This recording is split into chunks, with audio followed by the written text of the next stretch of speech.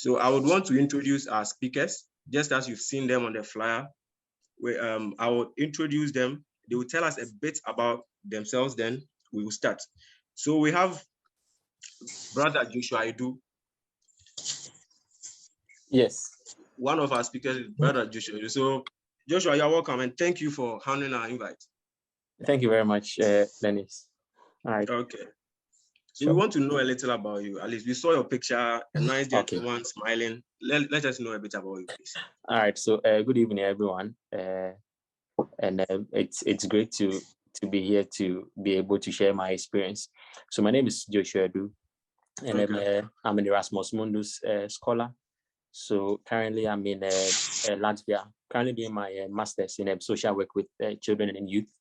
So I was in Lithuania for my first semester, but I'm currently in Latvia, the city, which is Riga, studying with Riga Stradins University. And thank you. Okay, so Joshua, thank you. At least we know you now, and at least what you are doing. So it gives us an idea of who we are coming to listen to. The next person I have is Gladys Lois Sifa Ofosu. So Lois, can you let us hear a bit from you too? Okay, thank you. Good evening to us all. My name is Gladys Lois Sifa Ofosu. I'm also an Erasmus Mundus scholar in my final semester.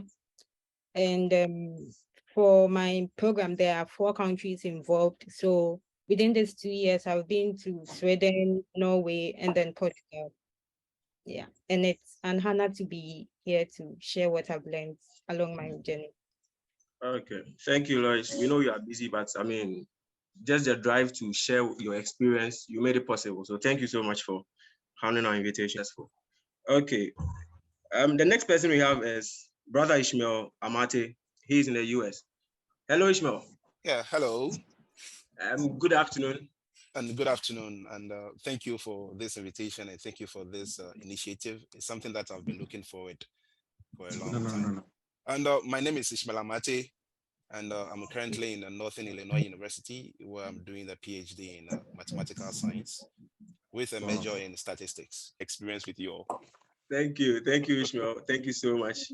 We also appreciate you, at least, like I mentioned, you usually have things that you could be doing now, but you took it upon yourself to share your experience with us, and for that we are grateful. So I think now we will now delve into the main reason we are here, and to start with will be a presentation from Lois. So Lois, if you are ready, we want to hear from you. Thank you.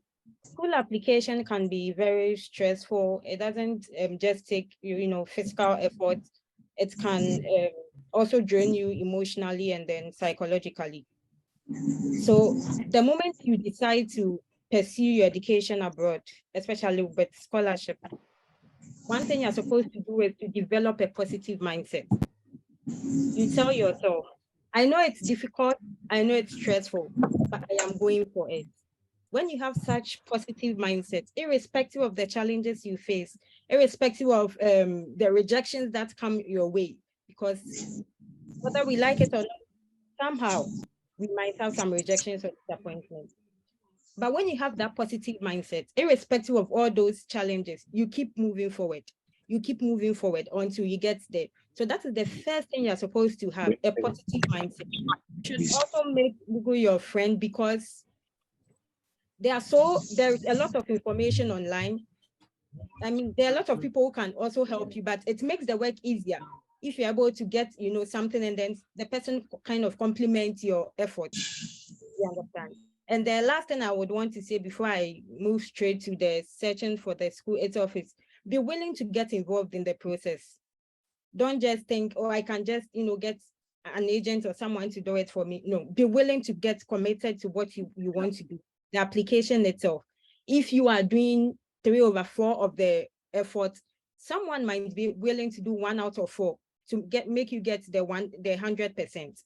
So be willing, get a positive mindset, make Google your friend, and then be willing to get committed to the process.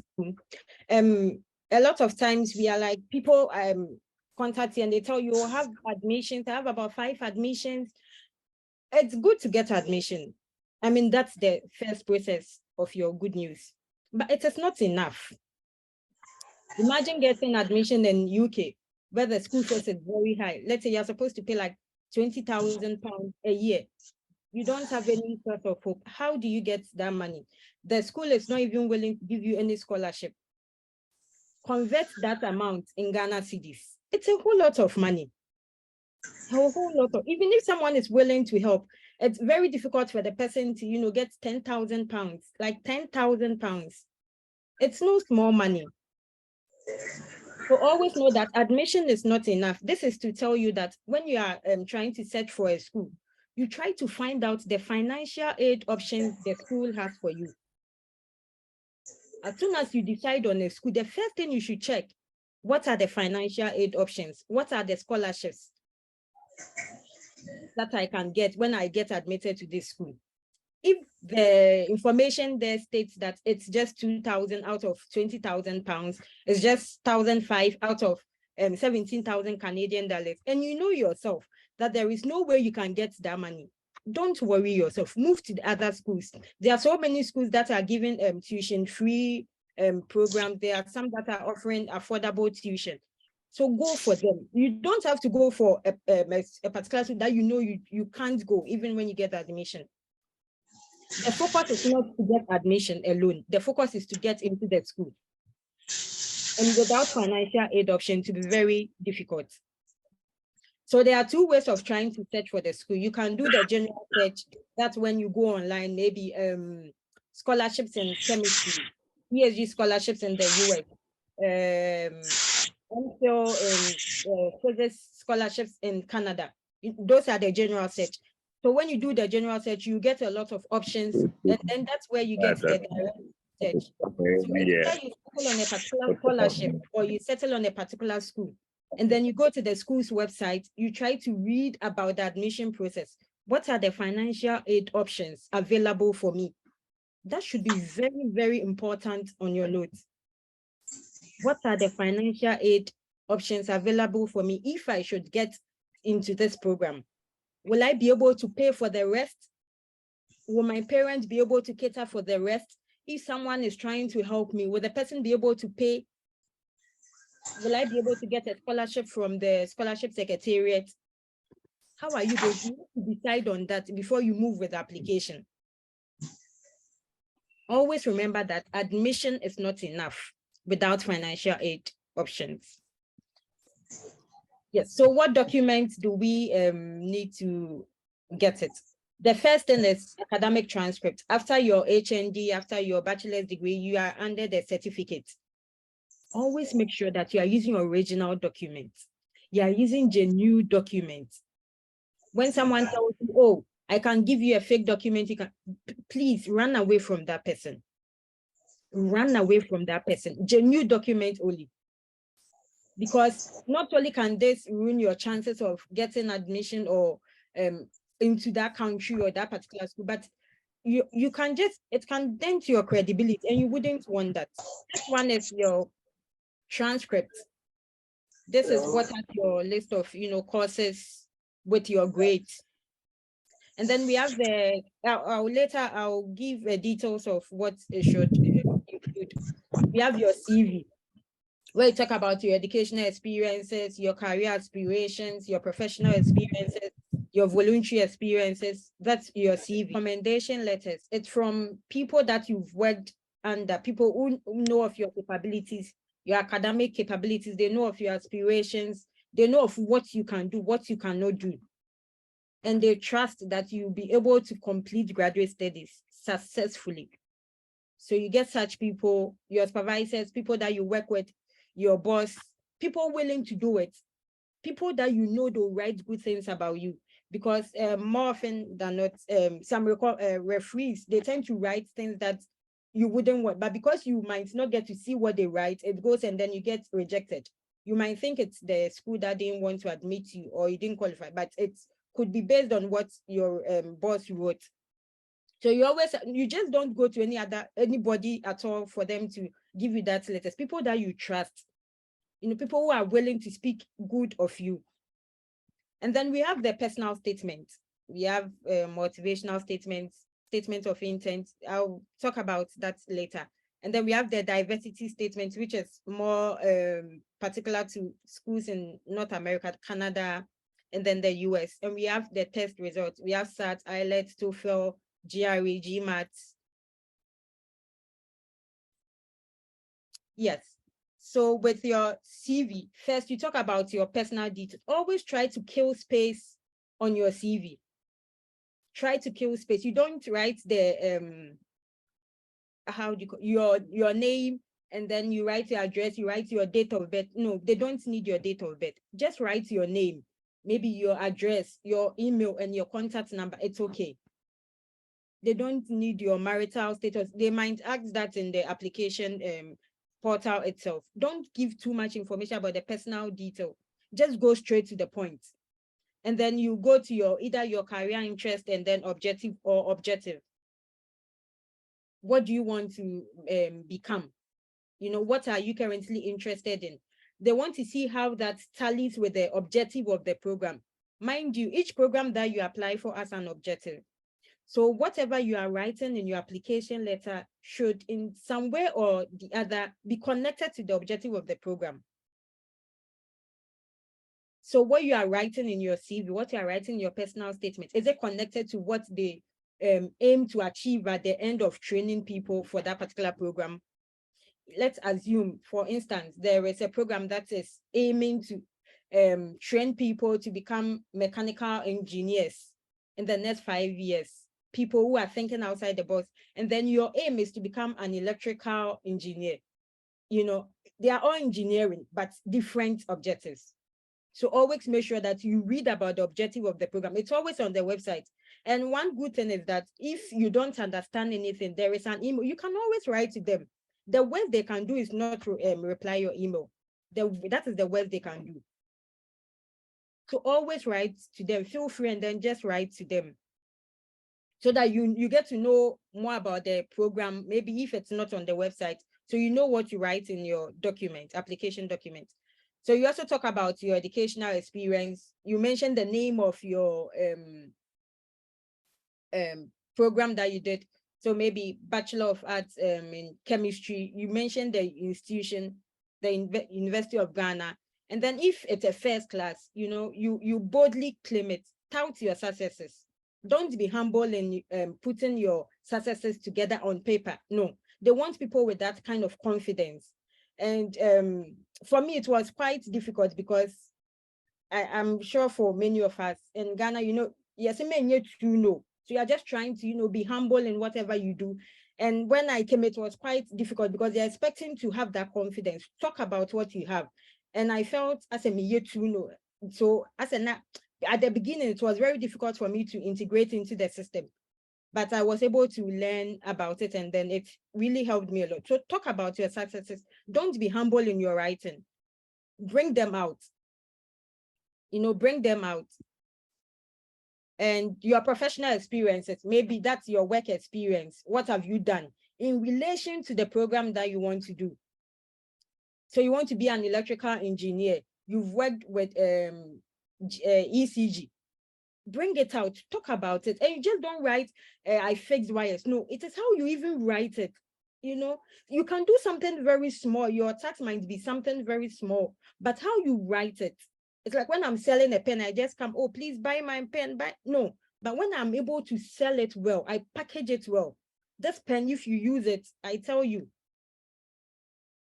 it will write very well. I'll be able to attract more customers than someone who just comes and say, oh, this is a pen I'm selling, buy. So this is like you packaging yourself to sell yourself. So how you package is how they'll buy you. If you package yourself as a low cost, they'll buy you at a low cost, and unfortunately, you might be rejected. Let them know that you are there is something special about you, that if they don't pick you, they are the losing end. Let them see that you are an asset. Put it in writing. Put it in the CV. You talk about your research experience. What research have you done? Even if you don't have a research experience, in first you did something. It might not, you might not have a publication, you might not written a paper and then published, but you've done something concerning research. Put it together, write it in there. Because you did it. Even in assignments, you've been given, sometimes you have to go and, you know, conduct online research, you're able to submit your exams. Write it. Write it there. Put it together well. Don't be humble in your writings. Tout them, tout the successes. Let them see that, yes, this one is confident. She knows what she's talking about. Your voluntary experiences, you're expecting that you be given a scholarship, but what have you also done to help your society? What have you done? Take leadership positions. Even if it's course rep, it is a leadership position. It is how you sell it. So you talk, if it's, let's say, a course rep, you can, with the roles or responsibilities or your achievements, you can talk about your ability to be able to manage people. No, but that's the role of a course rep, whilst trying to multitask and then with your academics combining. It's a good skill.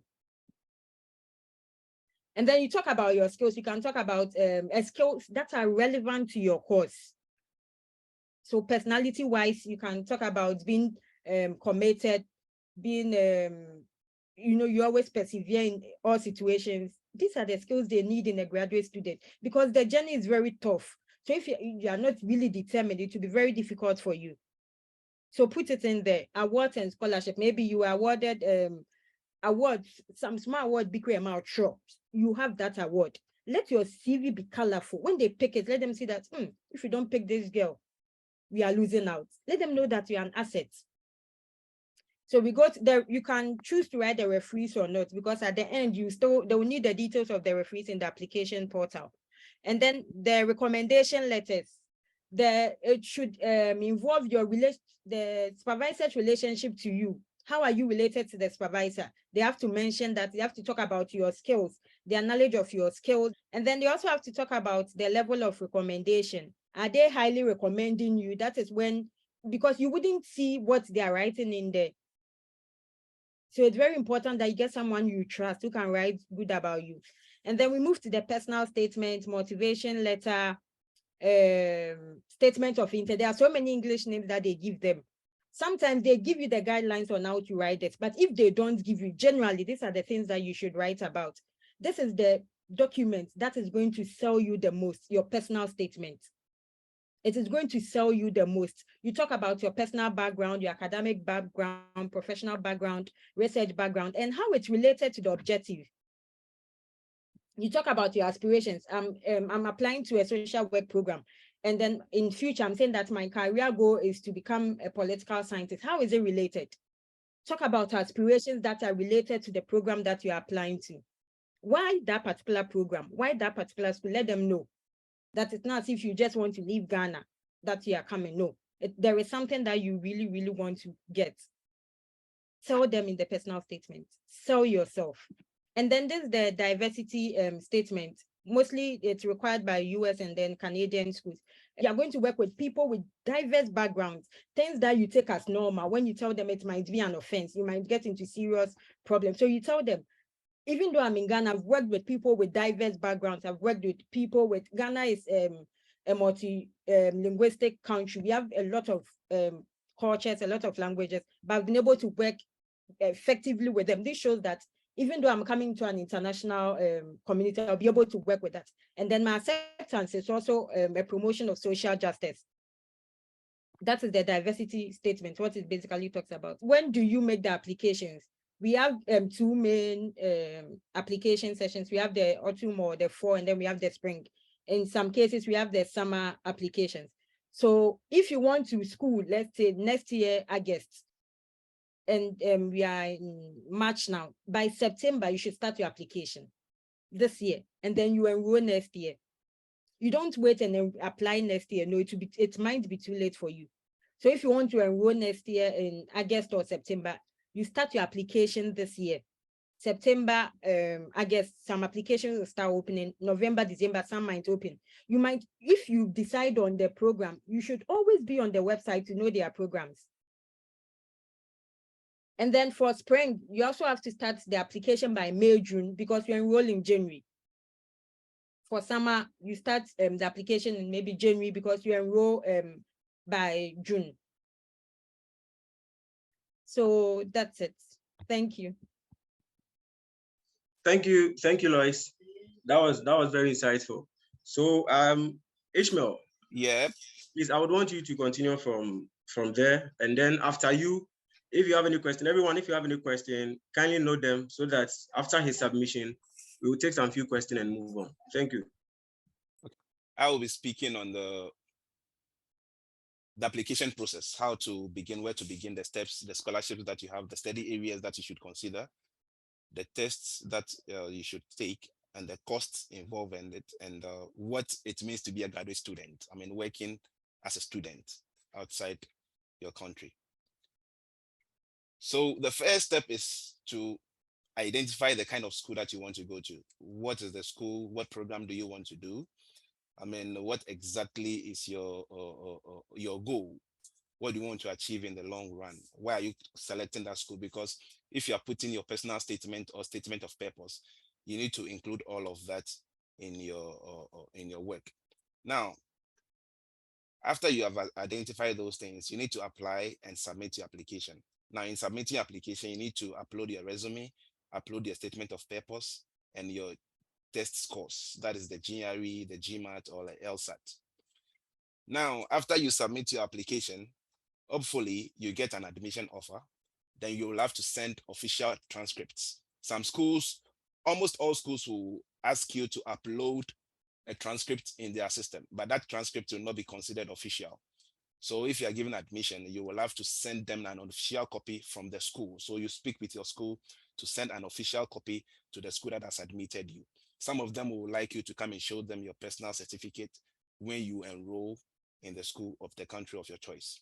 And you will also have to submit a financial statement. I think one of the difficult part of the whole application process is to get someone who is willing to give you his or a financial statement to use as evidence that you will not be a financial burden on the country in which you want to study. So probably after you've gotten all the scholarship, there may be some differences in the tuition. And for instance, you will need to show maybe about $10,000 or about $5,000 in the bank statement. It does not have to come to you from your own personal statement, but it can be an uncle, an auntie, any person who is willing to give you that document to kind of support you should there be a problem. And after you have gotten the admission offer, you can always inquire about assistantship or scholarship. Usually they'll give you admission without a scholarship or without assistantship. So you will have to email the graduate coordinator and ask them, oh, okay, I've been given admission for this particular program, and I would like to inquire about opportunities for scholarship and other things like that. Now, after you have been given admission and you have done all of these things, you need to prepare for your travel. And there's a document that we call I-20 if you are in a US school. So that document states that you are coming to so and so school, and this is the length of your program. This is the amount of money that the school is awarding you. This is the amount of money that you'll be contributing yourself. And so that is the official documents that you use to enter the country as a student. Without the I-20, you cannot enter the country. And there is something that you also call the service fee. Service fee is a system in the United States which recognizes all the students in the state. So every student have a unique number. So if they put your number, they'll be able to tell that you are in A or B or C school. So as far as you are in the country and your status as a student is active, then your service record is very active. But the moment you leave the country, or you finish your school and you leave the country, or you are being chased out of the country for some one or two reasons, then your service will cease to exist. So that is it. Then after you have gone through all of this process, now you apply for your student visa, and hopefully you get your visa, then you can move. Okay, so I will now speak about scholarship and funding. So this is just a picture of me when I graduated in my master's program, just to show you that anybody can do it, because I was once in your shoes. I was in Ghana, and I was able to complete my master's program successfully. So it's something that is achievable. It is doable if you put in the work and the effort to do it. So now, the difference, usually people, have a lot of misunderstanding when it comes to scholarship and assistantship. Basically, an assistantship is a scholarship, but a scholarship is not an assistantship, if I should put it that way. So scholarship are number one, merit-based, just as assistantship, because you need to be a good student, you need to maintain a certain level of GPA, you need to show a certain form of commitment or involvement for you to get a scholarship. Same as an assistantship. Now, scholarships come with tuition waivers. Tuition waivers means that the school will take care, or whoever is awarding the scholarship will take care of your school fees. So you don't have any school fees to pay. And scholarships sometimes, not all the times, will give you stipends or allowances. There's a scholarship that can give you tuition waiver that, okay, go to school, pay your school fees, but they will not give you any stipend at the end of the month. You will have to take care of your food. You have to take care of your accommodation, your health insurance, and other things. They are only taking care of your tuition.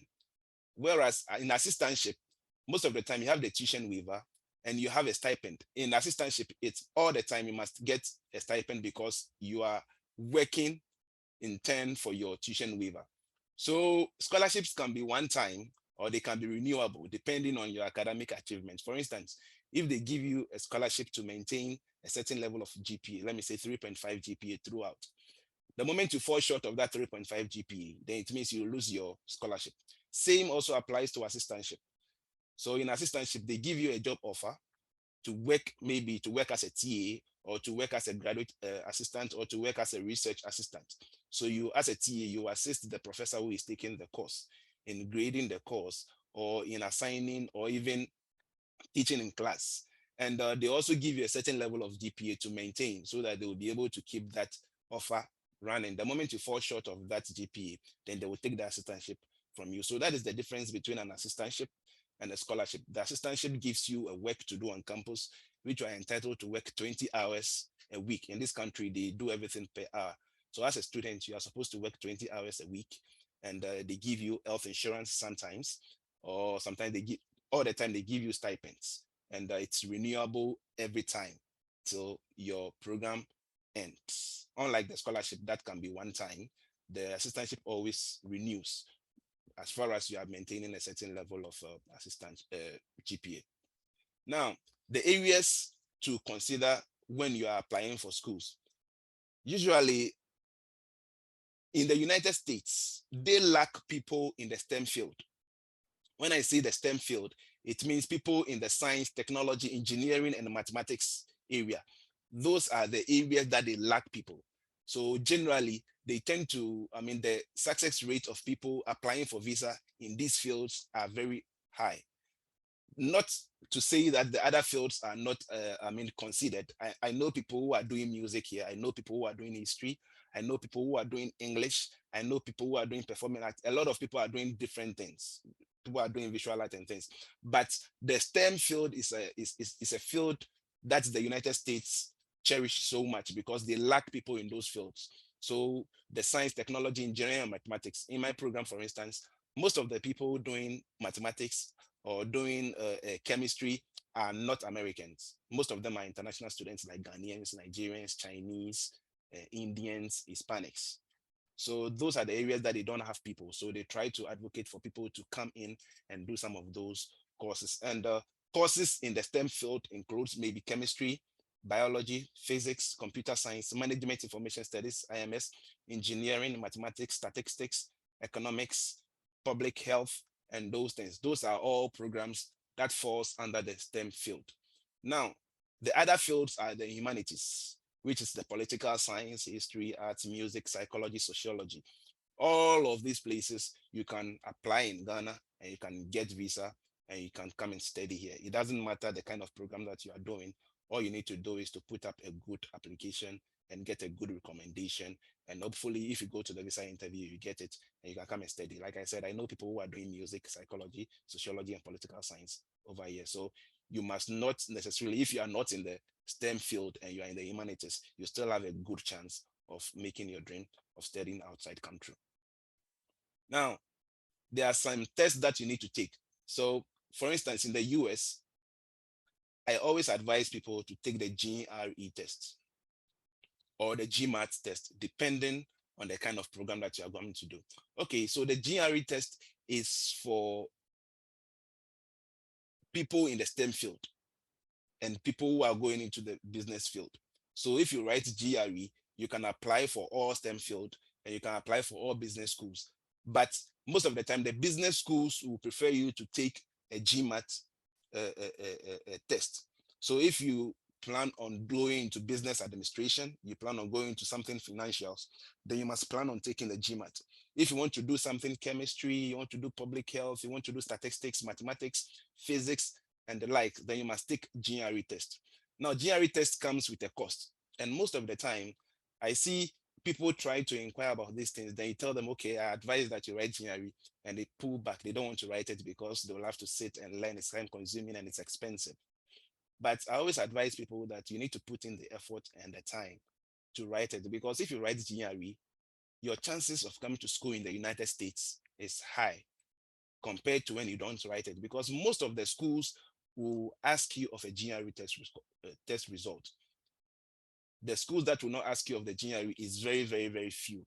And most of the time, the schools that do not ask of the GRE or the GMAT are the schools that are the courses in the humanities, like maybe the history, the psychology, the social sciences, the arts, though they don't really need the GRE. But if you want to come into the STEM fields like the mathematics and the sciences, physics, chemistries, you need to take the GRE. I strongly advise that you take GRE, make the sacrifice and take it.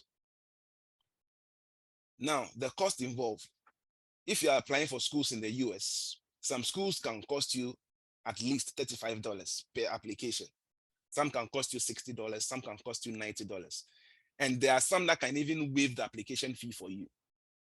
Time and time, they run maybe a promo and they ask you to apply for free, but it gives you a period of time to apply. If that period, elapses, then you will not be able to apply. But in most cases and in most schools, you need to pay an application fee, which can range from $35 to about $150. In my time, I applied to a lot of schools. I applied to about 10 schools. Some applications was $35, some were $60. The highest I paid was $90, some were $45. And I applied for more than 10 schools. So you can just imagine the kind of preparation that went to it.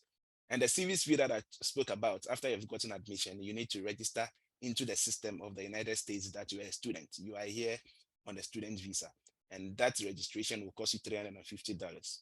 Now, the visa application fee, after you've gotten all your admission and you are applying for a visa, you have to pay $160. That is the FIFA visa application fee. Is the standard fee.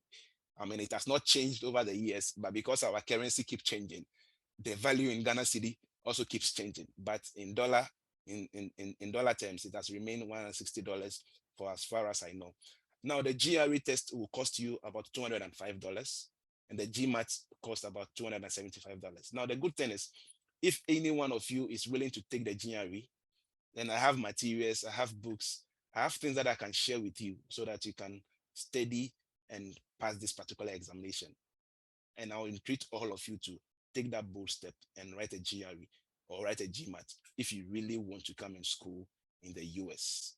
So like I said, I have all the materials. If you want to do it, after we are done with this program, you can contact me and I'll be glad to share those materials with you.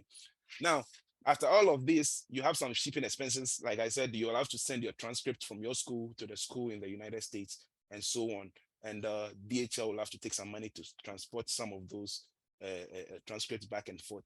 And if you come to the country, you have to pay health insurance, you have to arrange for your accommodation. But all of these things are secondary. The most important thing is get the application done, get your admission, get a scholarship or a funding, then the rest, we'll see how you go about that. Now, as a graduate student, I am employed in the university to work whilst I am still schooling. So the university paid me for 20 hours of work every week, and I use the rest of the hours to study as a student. So a research assistant, assist the professor in doing research. They grade work, they go into the laboratory and test all sorts of things that the professor is working about, the research that is working about. So you help him to do all of those research. And in so doing, you get some kind of experience, which later you can use in your CV if you are applying for jobs, etc. And the teaching assistant, like we all call it in Ghana, is a TA. So the professor is there, the TA comes to the class and take you through the courses and sometimes grade your work and so on and so forth. So that is the responsibility. So if you're applying for a teaching assistantship job or a graduate assistantship job, these are some of the things that you come and do if you get the opportunity and you are given a visa to come. Okay, so at this point, I will leave it for Joshua Idu to take over on the financial Okay. assistance in Europe. Thank you. Okay. So before that, Joshua, kindly hold it. Yes. Okay. If you joined us late, so far we've done 2 speakers. Lois has spoken about what we are supposed to do. I mean, to start with, what you are supposed to do, the things you are supposed to learn. And she says that before these things can happen, you should make Google your friend. Just to say that you yourself, you can do it. You don't necessarily need someone to do it for you. So that's what she's saying. At this point, we want to take some few questions. I'm sure people have questions that they want to ask. So if you want to ask a question, I think you can raise your hand. I know people want to ask questions. All right, so I have Cephas. Cephas, can you unmute and ask your question? Good evening, sir. Good evening. All right, so I joined lately. Sorry, I joined lately. Okay, so Okay. I wanted to ask these few questions. Is it likely a possibility for you to get a scholarship without a test requirement or something? Yes, it's very likely. It's Okay, very all right. likely. I mean, like I said, people in the humanities field don't need to take GRE or GMAT. But there are very limited schools in the STEM field who will not ask you to write a GRE. That is, so I'm speaking about the United States because that is where I am. But for Europe and Canada will likely ask you to write the TOEFL or the LSAT. I mean, Canada they'll ask you to write an English proficiency test. But in the United States, because Ghana uses English as a medium of education, like in our universities, it is English that we use. So the United States will waive that English test for you. But if you are from a French-speaking country, then they will ask you to write an English proficiency exam. Okay. All right. Thank you. So okay. So I think that the videos the session is being recorded. I don't know if there's a way we can have the recording so that we can just do a follow-up. That is the first question. And the second question is, okay, so I'm my second year at KNST. Is there a likelihood that you can get a transfer or you have to finish and do your master's? Okay, so the thing is, education in the United States is expensive. And there are a lot of Americans who owe a lot because if you want to go to school in America, no problem. They'll give you a federal loan. You go to school and it's like it ranges from 100,000. So people finish school 30 years and they are still paying their student loan. So the benefit that we get is if you are coming to do a master's program, then they will give you assistantship or the funding to come and take the program, but they will not give you funding if you are coming to do an undergraduate program. And I'm sure it's very limited people in Ghana who can afford a school fees of $40,000 a year, $40,000 a year to come and go to school in undergraduate studies. So unless you have a scholarship that is covering everything. So I always advise that you finish your undergraduate in Ghana, get a good score, get a good GPA, and come and do your master's, because with your master's, you can get funding and you not have to pay any school fees at all. Okay, all right, thank you so much. But I think I'll need the link to the recorded video if Okay, I so can wish to with have the it. link, I think when we are done, we look at it. Probably we share a mail or something. You send us a mail, then we share with you. Sure. Yeah. That would be Sandra, can you hear from you? Okay, I think actually he just answered my question, but you let me just say it anyways. Actually, I'm a diploma nurse in Ghana, so I didn't really do the degree thing. So what I wanted to ask if maybe I can do an undergraduate program or something, but according to what he just said right now, it means if I'm going to enroll in an undergraduate program, it means I would have to pay huge sums of money, which means it is better for me to do maybe a degree program in this country and then probably further to the master's degree. Exactly. Thank you. Okay, do we have another one? Lead with, is it Emil? Yeah, hello. Thank you very much for the opportunity. All right, let's hear from you.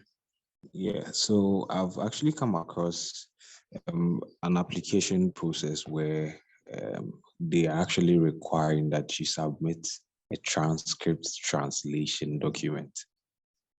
I don't know if you know about that, but I really don't know what that is. So if you could just enlighten me on what that is, I'll be very glad. Can I answer that? Yeah. Yes. Okay. All right. And so for that, it depends on the country. And so I remember before I got to the scholarship, but then I was trying to work on some schools in the Czech Republic. And so what they asked me to do was to translate my documents, including the transcripts.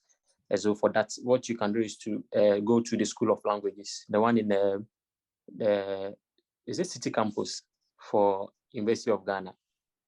They have a department where they do that. And so if the school requests that you do the translation, then first of all, you have to find out the country of the university and then which language they would want you to translate the transcript into. And so they have this department, they have been authorized to do that. And so you go there, they do that for you.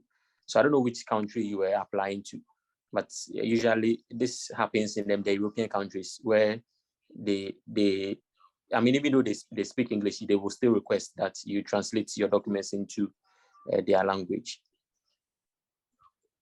Okay. I hope your question has been answered. So in that case, sorry, but then in that case, it's already in English, but the translation will still be done into English. I don't. No. So if it's already in English, then if, for instance, the school is in the Czech Republic, they speak Czech, and so when you go, they'll translate the document into their language, and so now you have two documents, one in English and then one in their language, and then you just scan and send both to them. Okay. I see a hand up, but the name is iPhone. Who is iPhone?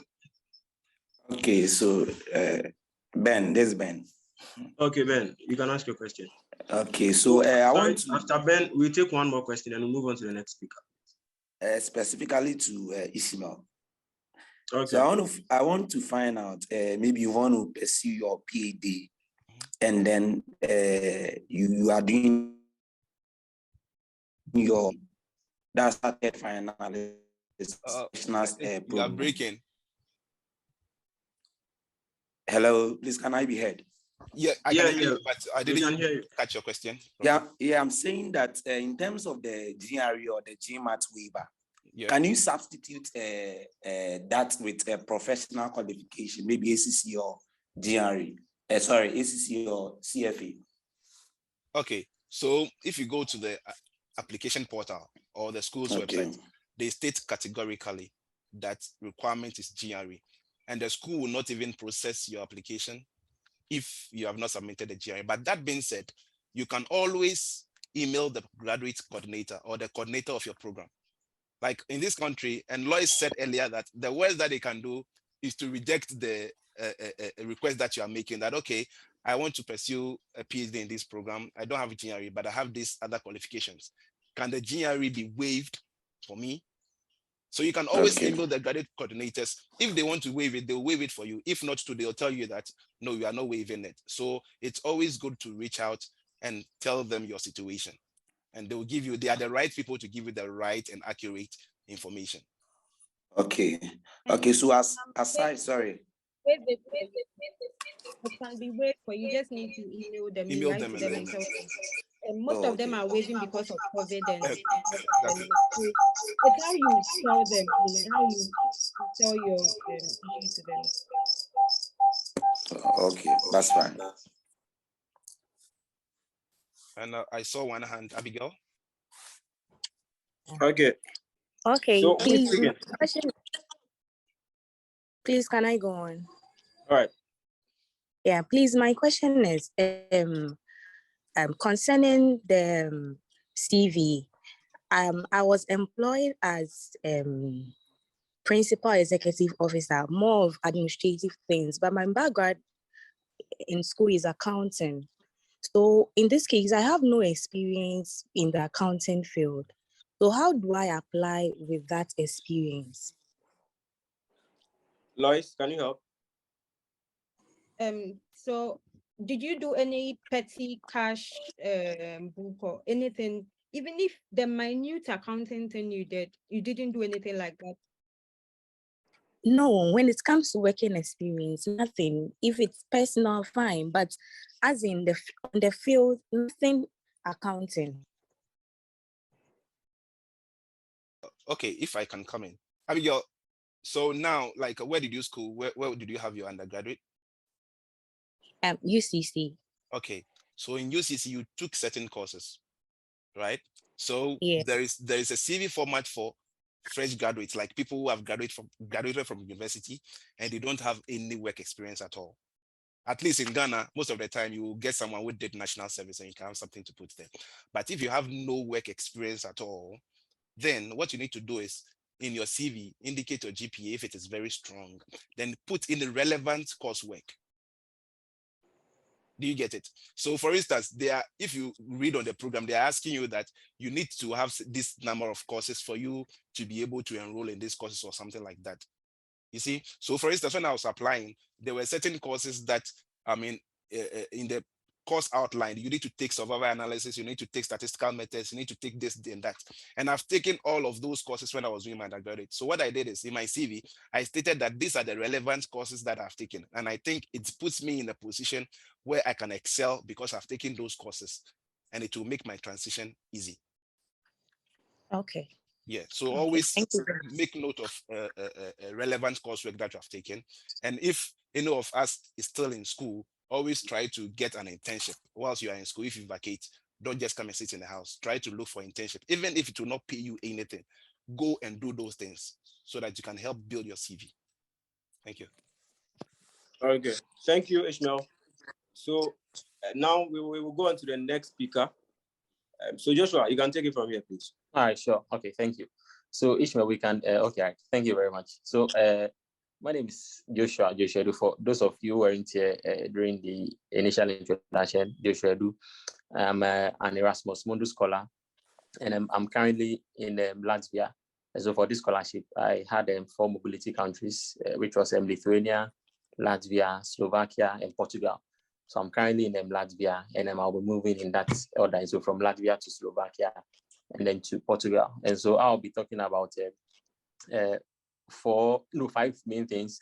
The first one is the financial assistance, scholarships in Europe, recommended destinations, accommodation, and then relevant materials. I think for financial assistance, Lois has said a lot about that. First of all, I would want to say that if you intend to study outside of Ghana, being it Europe, the US, or anywhere, it is important that you should have, some amount of money with you, because if you are applying as a self-funded student, or you would want to look out for some scholarships during the application, for some institutions, you would have to pay application fees. And so if you don't have any money, it means you won't be able to pay those application fees. And so you should be able to at least save something before you pursue with the application.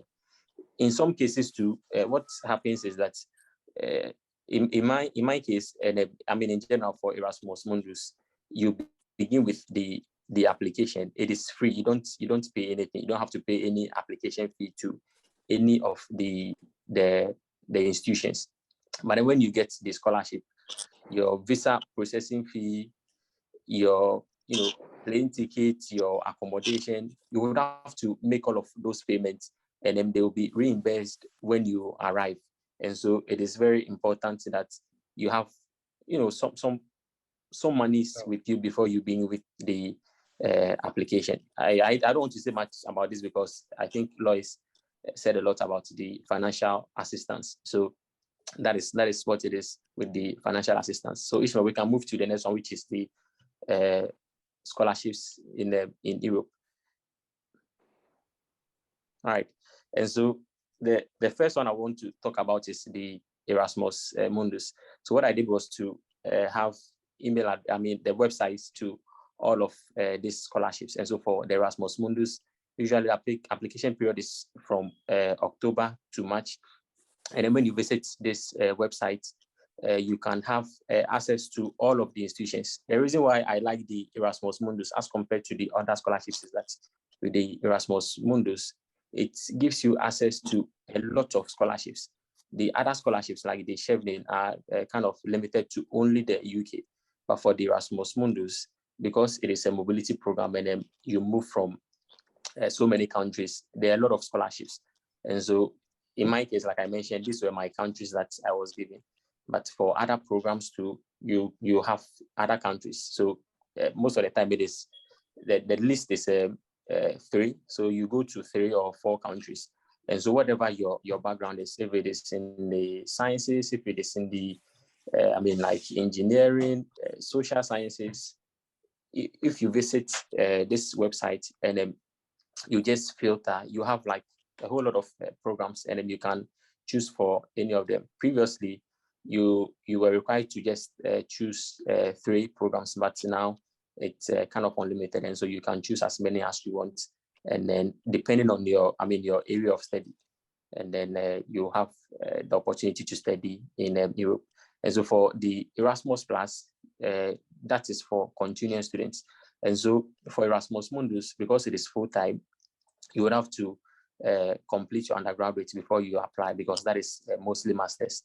And then for that, it is free. As I mentioned, you get the scholarship when you arrive. There is a stipend, your accommodation is sorted, there is health insurance. We have the monthly allowance, which is very good. I won't lie to you. I mean, it's very good. Every month, your account is being credited, and it makes your stay in the country very easy. It is the same with Erasmus Plus. The Erasmus Plus, for that, it is for continuous students.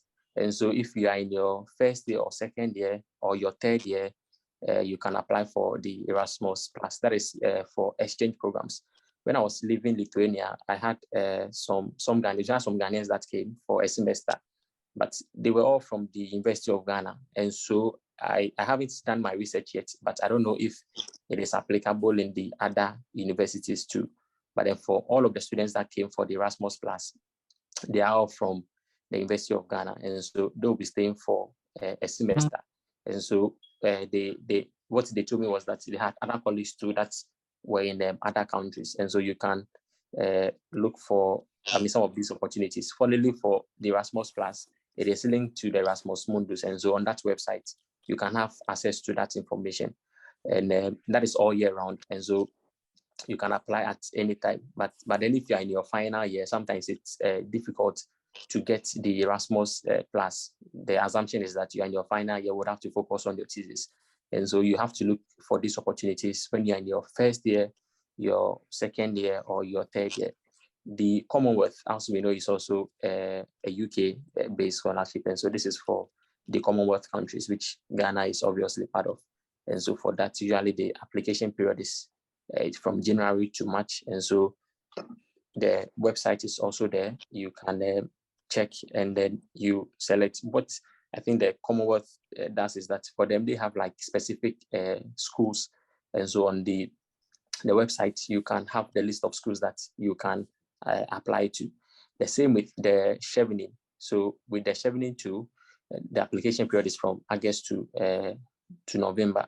And so for that, you would have to also apply to some specific schools that I think they have that relationship. And so these are like Chevening schools. And so you apply, and you can have the opportunity to study in the UK. But that is exclusively to the UK. And so unlike the Erasmus Mundus and Erasmus Plus, where you can have access to other European countries, for the Chevening and Commonwealth, it is only limited to the UK.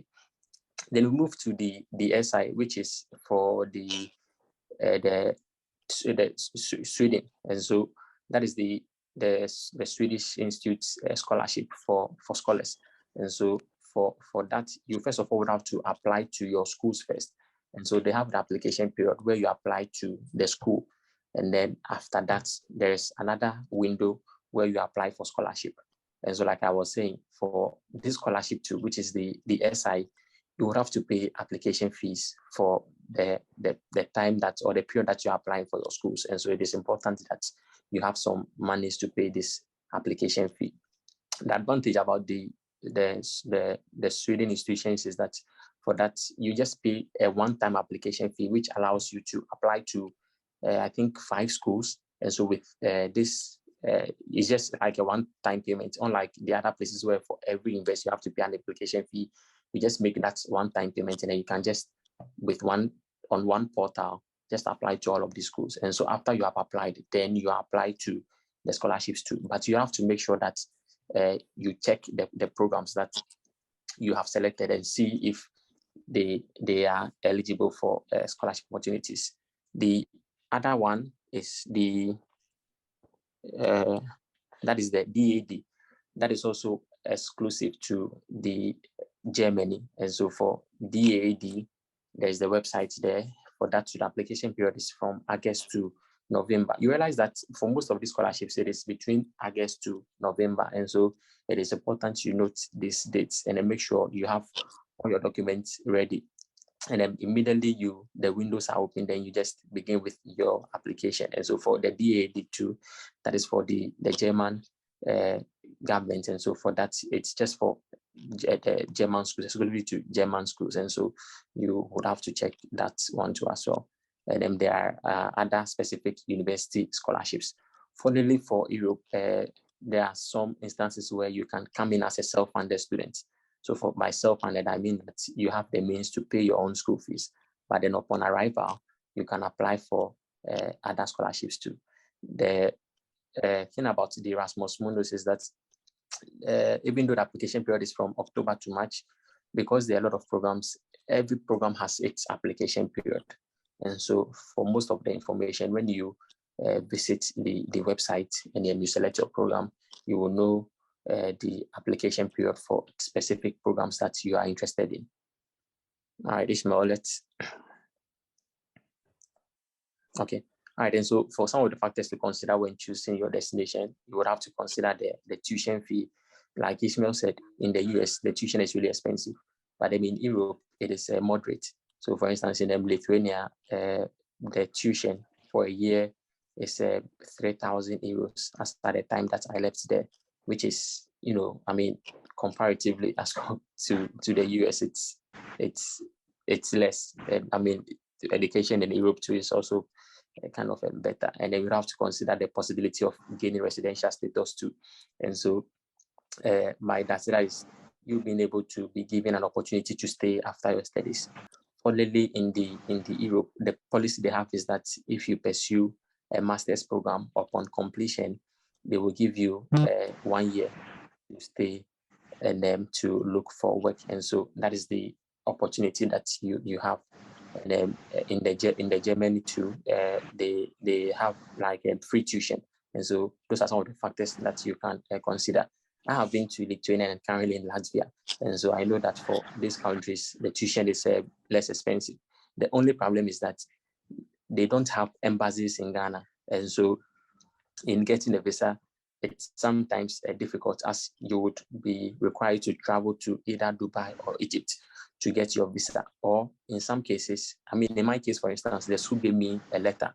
And so I got my visa through the Netherlands embassy. And so in searching for schools, it is important to look out for schools that have embassies in Ghana. In this case, it becomes easy for you if you want to apply for the visa. Other than that, you would have to travel to another country, most likely Dubai or Egypt, just to get your visa.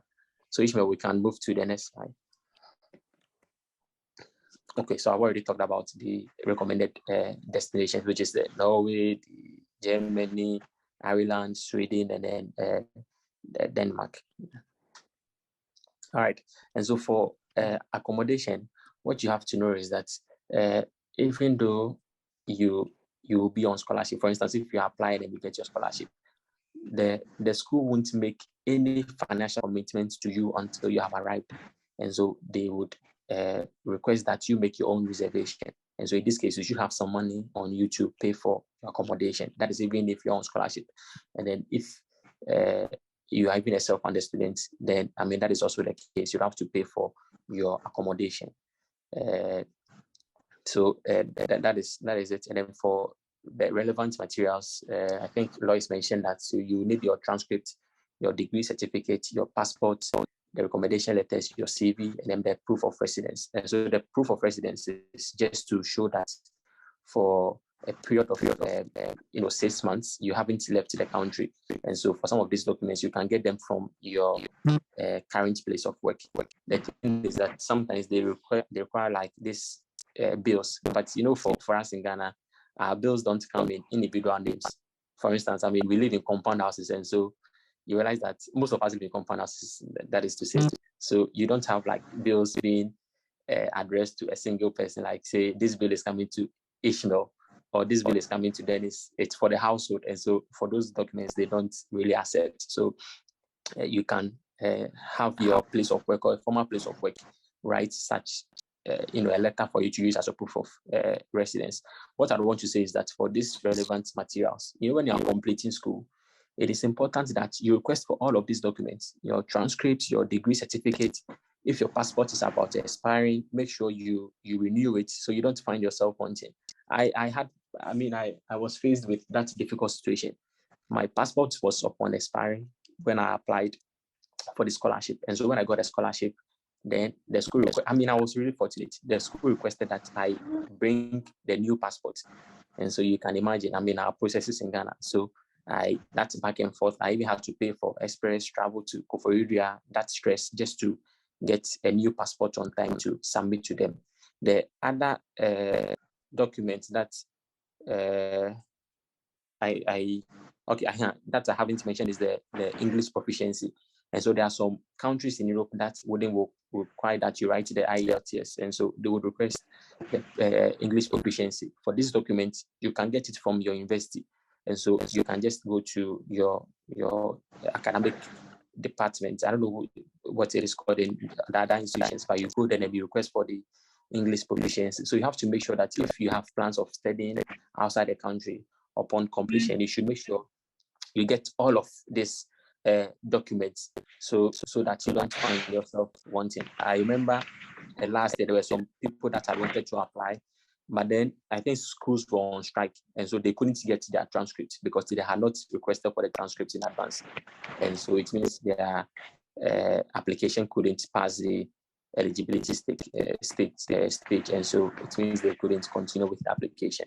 So this is what I have to say. Thank you very much. All right. Okay, So thank you. Yes. Thank you, Joshua. That was very insightful, and we appreciate. So Joshua is the final speaker. Unfortunately, our fourth speaker couldn't join us. So at this point, what I would want us to do is, I know some of you have questions, so I will give you the opportunity again to ask your question. But this time, please. Sorry? Okay, so by this time, what I want you to do is, before you ask your question, you tell us who you are and where you are from. Just a brief information about you. So please, who has a question? Let's take the first one. So let me just go through this, just a quick minute. Okay, so these are some useful resources that we put together. So sure. For instance, so there is this a program at the US Embassy. They call it Education USA.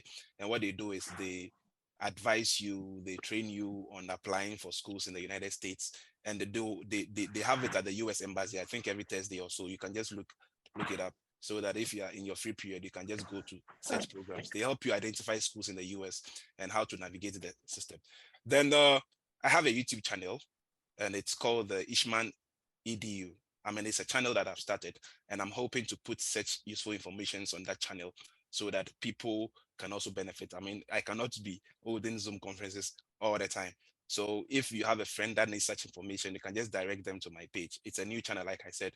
So I will entreat all of you to just look at it and subscribe to that channel. Now you can make Google your friend. You can search for Dear Young Graduate on Facebook and YouTube, Educate Consult on Facebook. They are all people who have gone through the process, and they can help you navigating your way. Also, these are the list of schools that we put together that you can try your hands on. So I think probably maybe after the program, we will put out our email addresses. Then you can send us email so that we can share this information with you, or if you have so this is for the UK schools, Hungary schools, and the Canada schools, and even schools in the US that will accept HND, schools in Germany and their requirements. All the details that you will need to navigate your way through. So we'll put our email addresses. So if you have any information, just reach out to us, and we'll be more than glad to help you. Okay, so now question time. Okay, thank you, Ishmael. Can you brief us on how to apply for the exchange program, and if you have any recommendation? Sebas. Yes, Sebas, before that, let us know who you are, and let us know who you are, please. Okay. And where you are from. So my name is Cephas. Okay. My name is Cephas, and I'm a second-year student in KNST, but I'm based in Accra. Okay. Ghana. So how did you hear of this meeting? Right. So my friend is from UPSA and she sent it to me this evening. Oh. All right. Thank you. I think we'll be having quite a number of them going for it. So we would want you to engage us when such invites come. So you can go on with your question. All right. Okay. So yes. All right. So I'll share it into my class platform and the school platform as well. All right. So please ask your question. So all right. So I was asking if you can brief me on how to apply for exchange programs. Initially, I had a plan of doing a thorough research on internship outside, like let's say Canada or US, because this vacation is going to be about 5 months. So I had intention of doing an application on that, like do a research on that. Okay. The thing is that for some of these exchange programs, you would have to go to the international office of your institution. Usually for these international institutions, when they come to the country, they liaise with the international office. And so for such opportunities, you can go to the international office of your school to make inquiries, and then they can give you the dates. There are some, I think those that are living the Erasmus Plus, they are being given stipend as they are here. And so their flights, according to them, their flights and everything was funded by the EU. And so they didn't even have to pay anything. But then, like I said, they are from the University of Ghana. And so I'm not aware if, that same thing is being done in the other universities. But you can inquire from the international office of your institution to find out if there is that opportunity. But you can inquire from the international office of your institution to find out if there is that opportunity. Okay. So, are you okay now? Yes. Okay. There's another hand up. B, if you can hear me, kindly ask your question. I'm okay, but can you please touch on the internship? Okay. So, Gladys, can you Hello, touch can on you hear me? internship? Yeah. So whilst in school, you can get, for University of Ghana, you can get a letter from the Career and Guidance Department.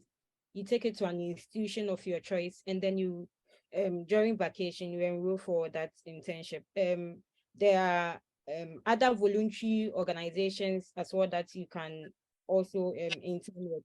Don't let the focus be the money. Just get the experience, and then you'll be fine. Exactly. Next question. B. Next question is B. Yeah, B. Yeah. Can I hear from you, B?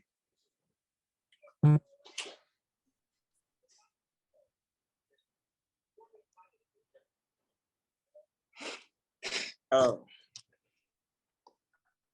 It looks like B. Can you hear us, please? Maybe B cannot hear us. So maybe B cannot hear us. So if she can't hear person. Okay. Okay. So I wanted to also put. Okay, if there's no question, then probably I'll put this across. Okay. The survey that we did earlier on, 35 people said the education system is good. 45 people said it is somehow. 18 said it is bad, and 3 said it is excellent. Now, what I would like to say is, usually we have this perception, and it is, I'm not saying it is false, it is there, that our education system is bad. Like we don't do a lot of practical things, we only do theoretical work and stuff like that.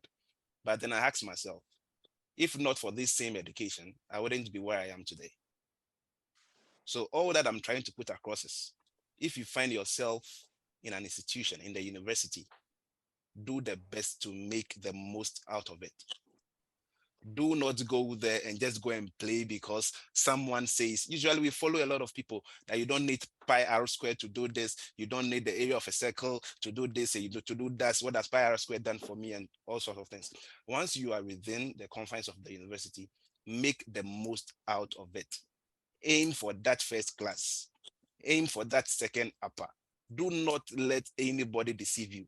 Aim for the highest that you can ever get, because at the end of the day, if you are applying for schools, these are the things that they will base their decision on.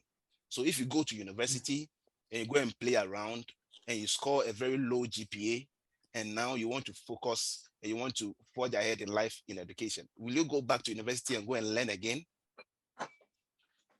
it is likely you will not do that. So I'm begging of you that if you are still in school, make the most whilst you are in school. Do not say the education system is bad, so you just do anything just to graduate. Make the most out of it. Yeah. Okay, Ishmael. Yeah. So I have some 2 questions in the chat, but before that, I just want you to address this issue. Is there a cap on the class? So is there a class that when I get after uni, I'm not able to apply to any school outside? Is there a cap on the classes? So the truth is that most of the schools that I've come across will ask for a GPA of at least 3.0. Like, I'm not saying that if you get less than 3.0, you will not get admission. That is not what I'm saying. But that is what they put out there, because they don't base the admission decision only on GPA. Most of the time, the GPA might not even count, and they will use your SOP or your CV. But then if you don't meet that like deadline or that criteria, like the 3.0, then already you are kind of, taking yourself out. Yes, you have limited chances. Okay. So there's this question from Sam. He says, is a scholarship application done before admission or after admission? In Europe, you don't have to.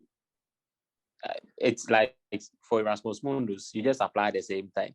And so when you get the scholarship, it means you have gained admission too. Okay. Oh, okay. So then is it to say that Erasmus Mundus is just a scholarship, more of platform, which is giving out courses? So you apply for the course. Exactly. And it's automatic. Okay. Exactly. And so in applying, you even know the schools that you are applying to. And so they can give you 3 or 4 schools.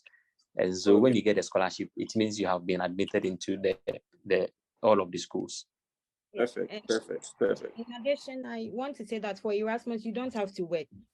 It's not part of the scholarship obligations. No, yours is to study. They are giving you money every month. They are giving like good money. You don't have a problem. If you want to work outside the money that you are being given, fair enough. But as compared to the US, where you have to do research, no, for Erasmus you don't. It's kind of a free money thing. And after school, you can decide to stay back. It's not like Chevening or Commonwealth where you're supposed to go back to your country. So now, Norway and Sweden are no more tuition free. Just in case, just an information. Norway and Sweden are no more offering tuition free fees. Programs you would have to pay. So if you had Norway and Sweden in mind, I'm sorry, you have to reconsider. I'm glad that all of you showing up, and I will entreat all of you to never stop. It's not going to be easy. It's never meant to be easy. If it was easy, like a lot of people will go through. So just know that it's not going to be easy, and it's going to cost you some money. So just save.